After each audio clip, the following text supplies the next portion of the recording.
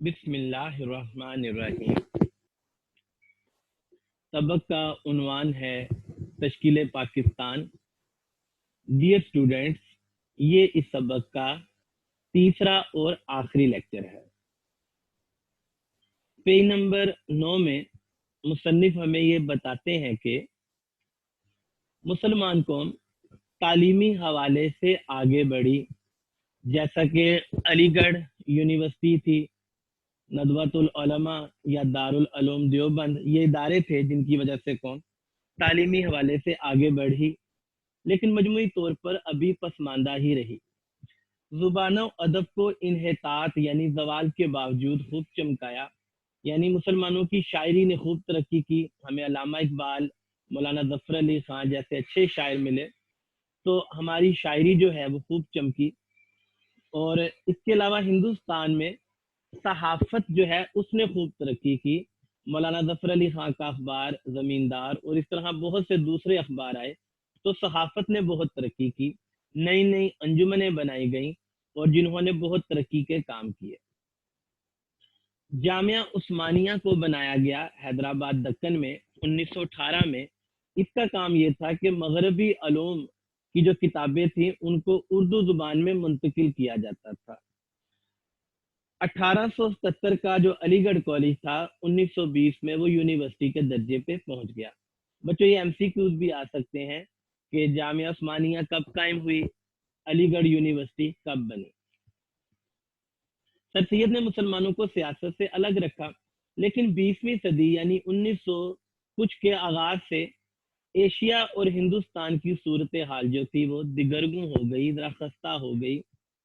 اور 1905 میں کیا ہوا کہ جاپان جو ہے اس نے فتح حاصل کر لی روس کے مقابلے میں، تو ہندوؤں میں ایک جذبہ قومیت بڑھا اور انہوں نے تقسیم بنگال کے خلاف تحریک چلائی۔ یوپی میں اردو ہندی جھگڑا ہوا، تو یہ جو دو عمل تھے اس سے مسلمانوں کو بہت تکلیف پہنچی۔ تقسیم بنگال کے خلاف تحریک، کیونکہ مسلمانوں کو تقسیم بنگال سے فائدہ ہو رہا تھا، اور یوپی میں جو اردو ہندی جھگڑا ہوا اس پر مسلمانوں نے پھر یہ سوچا کہ ایک ہماری اپنی جماعت ہونی چاہیے۔ چنانچہ 1906 میں مسلم لیگ کا قیام عمل میں آیا۔ 1909 میں منٹو مارلے اصلاحات ہوئیں اور جداگانہ انتخابات کا حق جو تھا وہ مسلمانوں نے حاصل کیا۔ ہندوؤں کی کوششیں رنگ لائیں اور تقسیم بنگال کی تنسیق ہوئی۔ 1911 میں بنگال پھر ایک صوبہ بن گیا، جس سے مسلمانوں کے مسائل میں اضافہ ہوا۔ اس کے علاوہ دوسری طرف جنگ بلکان اور جنگ طرابلس 1912 میں ہوئی۔ یہ یورپین طاقتوں نے اتحاد کیا اور ترکی کو شکست دینے کی کوشش کی 1912 میں۔ تو مسلمانوں نے اب اندازہ لگا لیا کہ ہمارے جو حقوق ہیں وہ برطانیہ کے ہاتھوں میں محفوظ نہیں ہیں، تو مسلمانوں نے سیلف گورنمنٹ کا مطالبہ کیا 1913 میں کہ ہماری ذاتی حکومت ہو۔ اور اس کے علاوہ مسلمانوں نے کانگریس سے تعاون شروع کر دیا۔ 1916 میں میثاق لکھنؤ ہوا، جس میں ہندو مسلم اتحاد کی کوشش کی گئی اور قائد اعظم کو اس ہندو مسلم اتحاد کا سفیر قرار دیا گیا۔ صفحہ نمبر 10 میں مصنف ہمیں یہ بتاتے ہیں جنگ عظیم اول شروع ہوئی یعنی 1914 میں، اور اس کے بعد آگے چلتی رہی 1918 تک۔ تو اسی دوران میثاق لکھنؤ کا ایک معاہدہ ہوا اور حکومت برطانیہ جو ہے اس نے اعلان کیا 20 اگست 1917 کو کہ ہم ہندوستان کو خود اختیاری دے دیں گے۔ لیکن ادھر جنگ عظیم ختم ہوئی 1918 میں، ادھر حکومت برطانیہ اپنی بات سے پھر گئی۔ ادھر یورپین طاقت جو تھی اسی زمانے میں ترکی کے ٹکڑے ٹکڑے کرنے کی سازش کر رہی تھی۔ چنانچہ علی برادران جو تھے، مولانا محمد علی جوہر اور مولانا شوکت علی جو تھے، انہوں نے تحریک خلافت کا آغاز کیا۔ اسی دوران گاندھی نے اپنی عدم تعاون کی تحریک 1920 کو شروع کر دی، اور علی برادران جو تھے، مولانا محمد علی جوہر، مولانا شوکت علی، انہوں نے اس کو مدد کی اور ان کی خلافت تحریک چلی، ان کی گاندھی کی عدم تعاون کی تحریک چلی، جس سے انگریزوں کو جو ہے وہ مشکلات میں اضافہ ہوا۔ تحریک خلافت جب ختم ہو گئی تو ہندوؤں نے دوبارہ اپنی بے رخی دکھائی उन्होंने शुद्ध ही और संगठन की कार्रवाई शुरू की। शुद्ध ही और संगठन की कार्रवाई में ये था कि मुसलमानों को हिंदू कर दिया जाए, या मुसलमानों को मार दिया जाए, या मुसलमानों को हिंदुस्तान से निकाल दिया जाए। तो इसके अलावा साइमन कमीशन 1927 को आया, जिससे मुसलमानों को काफी फायदा पहुंचा। वो ऐसी तजावीज लाया, लेकिन हिंदुओं ने उसके खिलाफ भी तहरीक चलाई और गो साइमन बैक, साइमन वापस जाओ, ऐसे नारे लगाए। नेहरू रिपोर्ट 1928 में आई और ये मोतीलाल नेहरू ने पेश की, और इसमें जुदागाना इंतखाबात के हक को खत्म करने का मुतालबा किया गया। यानी हिंदू जो थे वो दोबारा से ही मुसलमानों को दुख और तकलीफें पहुंचा रहे थे अपनी तहरीकों के जरिए और नेहरू रिपोर्ट के जरिए। इसका जवाब देना बहुत ज्यादा जरूरी था, चुनाचे कायदे आजम ने 1929 को 14 निकात पेश किए। गांधी ने 1930 में सिविल नाफरमानी की तहरीक चलाई।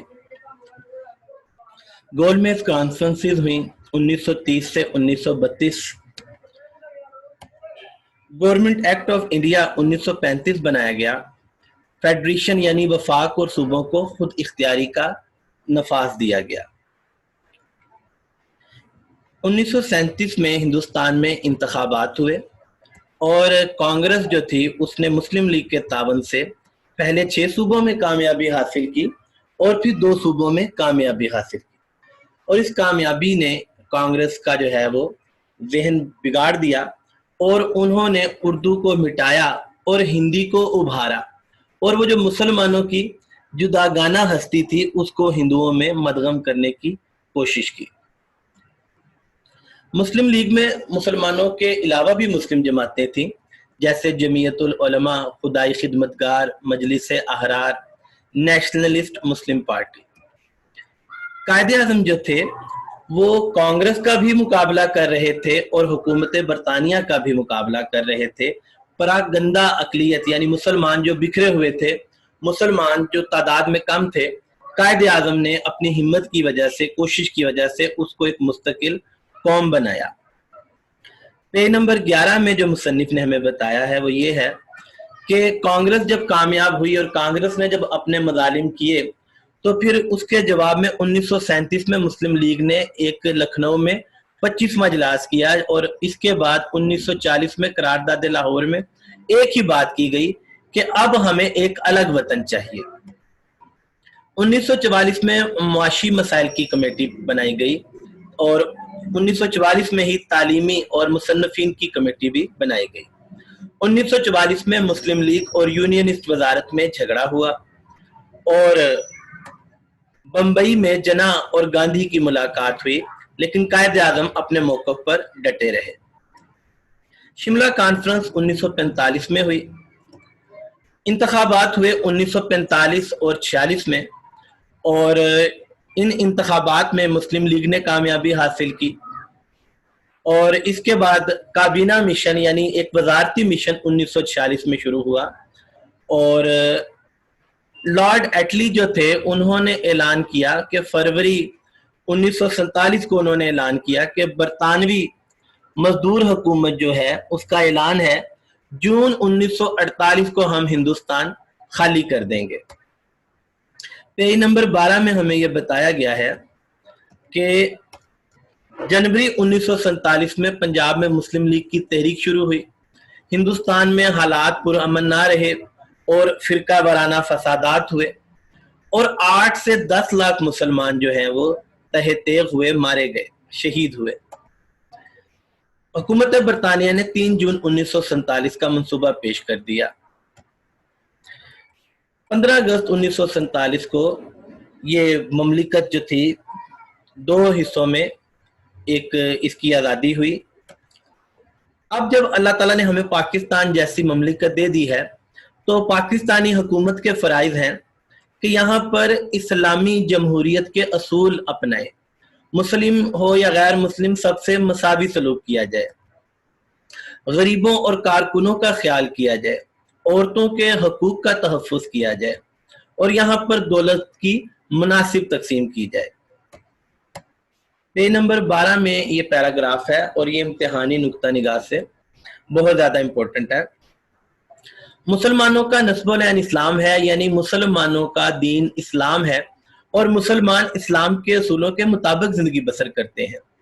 वो इस्लाम नहीं जिसका डंका, जिसका शोर, जिसका ढंढोरा मतलकुल उन्नान यानी खुदगर्ज बादशाहों और खुदगर्ज उमरा ने बजाया।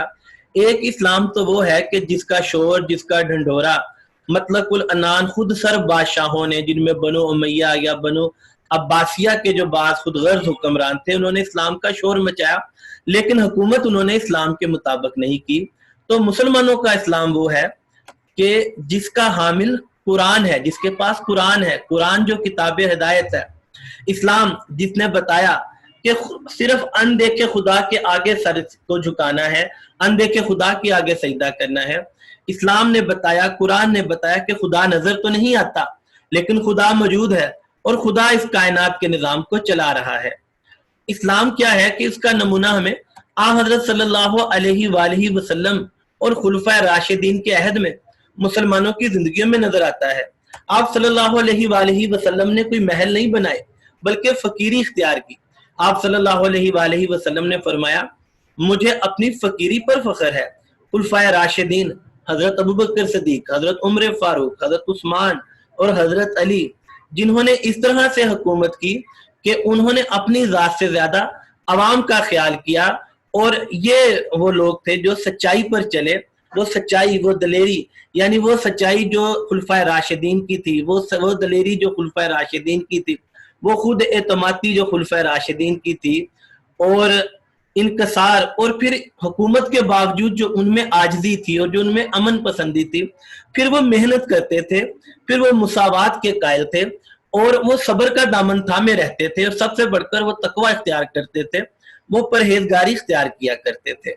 नबी करीम सल्लल्लाहु अलैहि वसल्लम ने फरमाया, कोई फजीलत नहीं अरबी को अजमी पर, अजमी को अरबी पर, सुर्ख को काले पर, काले को सुर्ख पर, सवाए तकवा के। और मुस्लिम और गैर मुस्लिम सबकी खिदमत। नबी करीम सल्लल्लाहु अलैहि वसल्लम ने फरमाया कि जो सरदार है वो कौम का खादिम होता है।